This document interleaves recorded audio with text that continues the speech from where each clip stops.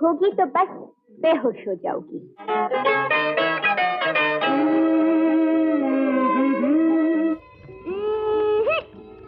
तुम्हारी नजर लग जाएगी। मैं आ गया हूँ।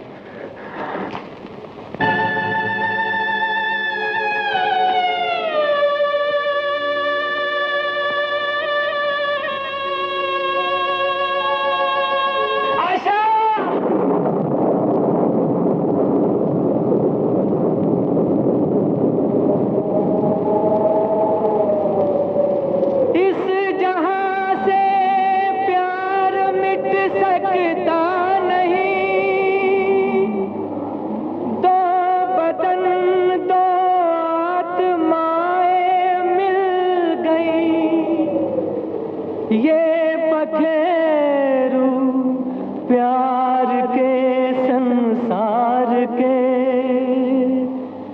अब कभी मिलकर बिछड़ सकते नहीं, अब कभी मिलकर बिछड़ सकते नहीं।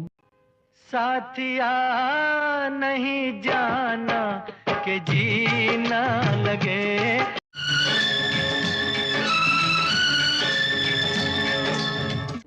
ये मैं कहाँ फंसी, हल्दी फंसी, कैसी फंसी तो ना।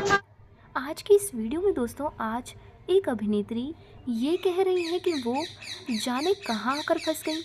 अब वो तो अपने प्रशंसकों के बीच आई हैं, जाहिर है कि उनकी प्रशंसा और उनके जुनून के बीच ही फंसेंगी ना।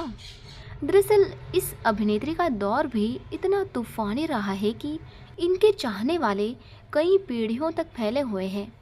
जी हाँ, आज की इस वीडियो में आज बातें होंगी दोस्तों अभिनेत्री आशा पारेख की। जब चली ठंडी हवा, जब उठी काली घटा। आशा पारेख का जन्म 2 अक्टूबर 1942 को हुआ था, एक सामान्य से गुजराती परिवार में। बहुत कम उम्र में उनकी मां ने उन्हें शास्त्रीय नृत्य सिखाने के लिए एक स्कूल में डाल दिया था। जाहिर है कि बचपन से ही आशा पारेख का ध्यान कलाओं की तरफ बढ़ा और बेबी आशा के रूप में सन 1952 में फिल्म आसमान में वो पहली बार पर्दे पर नजर आई।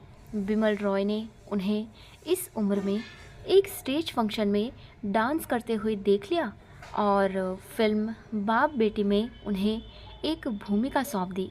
वैसे तो आशा पारेख बतौर हीरोइन विजय भट्ट की फिल्म गूंज उठी शहनाई के ज़रिए फिल्मों में कदम रखने वाली थी। ये सन 1959 की बात है, लेकिन किस्मत ने उनका साथ नहीं दिया और ये भूमिका अभिनेत्री अमिता को चली गई। लेकिन इस भूमिका के चले जाने के अगले ही दिन उन्हें एक बड़ा महत्वपूर्ण रोल मिला सुबोध मुखर्जी की फिल्म, जिसका निर्देशन कर रहे थे नासिर हुसैन। सन 1959 में शम्मी कपूर के सामने बतौर हीरोइन आशा पारेख आई। फिल्म थी दिल दे के देखो।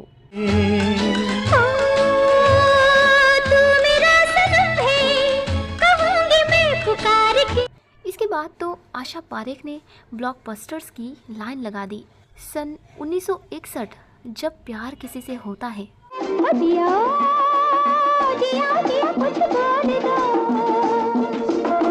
सन 1963 फिर वही दिल लाया हूँ।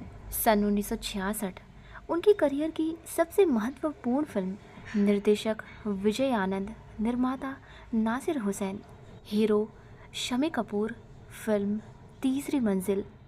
महफिल ऐ शमा फिरती हो कहाँ वो अनजाना।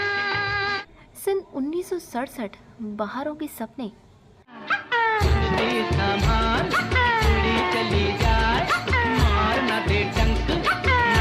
सन 1969 प्यार का मौसम। तुम बिन जाऊं कहाँ के दुनिया में आके। सन 1971 कारवां।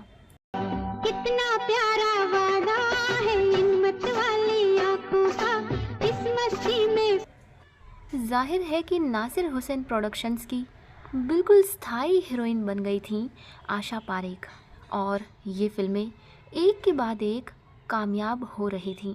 सन 1966 में राज खोसला ने उन्हें एक गंभीर किस्म की भूमिका सौंप दी। ये फिल्म थी दो बदन। मत जइयो नौकरिया छोड़ के तोरे पैया पड़ो। सन 1969 में आई फिल्म चिराग। तेरी आँखों के सिवा दुनिया में रखा। सन 1978 आशा पारेख के करियर की एक बेहद महत्वपूर्ण फिल्म, निर्देशक राज खोसला। फिल्म का नाम मैं तुलसी तेरे आंगन की।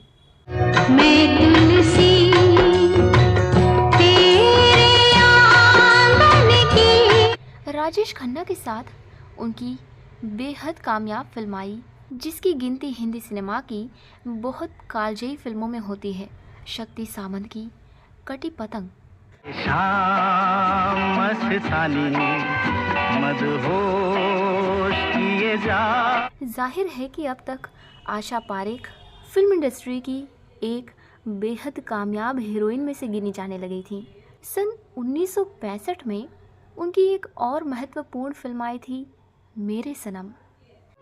पुकारता चला हूँ मैं गली गली। सन 1966 में फिल्म आए दिन बहार के, जिसमें उनके चरित्र का नाम था कंचन।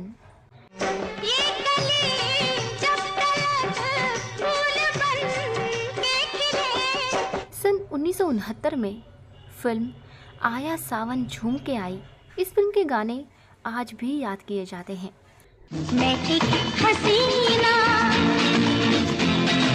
वो एक दीवाना। सन 1970 में फिल्म आई पगला कहीं का, जिसमें आशा पारेख बनी थी डॉक्टर शालिनी। हाँ तुम मुझे यूं भुला न पाओगे। आशा पारेख के करियर की इतनी सारी कामयाब फिल्में हैं दोस्तों, कि अगर सभी फिल्मों की चर्चा की जाए तो इस तरह के कई वीडियोस बन जाएंगे। अच्छा तो हम चलते हैं। दोस्तों, बॉलीवुड गलियारे में यूं तो ऐसी कई अभिनेत्रियां आईं और चली गईं जिनके बारे में किसी को कानों कान खबर नहीं हुई, लेकिन उनमें से आशा पारेख एक ऐसी अभिनेत्री हैं जिन्होंने न केवल सिनेमाई पर्दे पर अपने अभिनय का जादू चलाया, बल्कि अपनी निजी ज़िंदगी को लेकर भी वो काफ़ी चर्चा का विषय बनी रही। आशा पारेख, जो खत लिख दे सावरिया के नाम बाबू, ये मेरी ज़िंदगी जैसे गानों से लोगों को अपना दीवाना बनाया।